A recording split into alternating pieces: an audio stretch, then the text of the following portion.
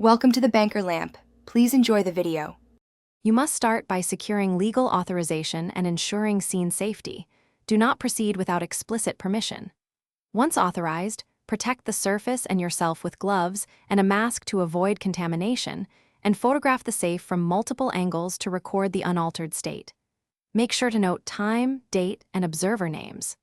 These first actions establish chain of custody and preserve evidence integrity. Do them now, clearly, and deliberately, so later analysis remains admissible and uncontaminated. Once the scene is documented, focus on choosing the appropriate forensic approach. Why this matters is simple. Different surfaces retain ridges differently, and the wrong method destroys evidence. Make sure to prioritize non-destructive imaging and photography before any enhancement.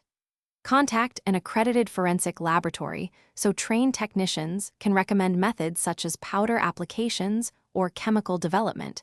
They balance visibility against preservation. Remember, experts explain trade-offs, and their choices keep evidence usable in court, so involve them early. The final phase is preservation and transfer.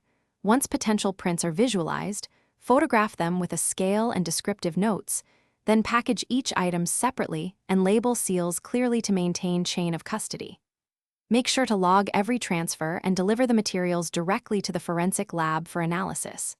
If enhanced prints remain invisible or contamination is discovered, do not improvise further. Pause work, document what happened, and contact specialists for controlled reprocessing to avoid irreparable loss.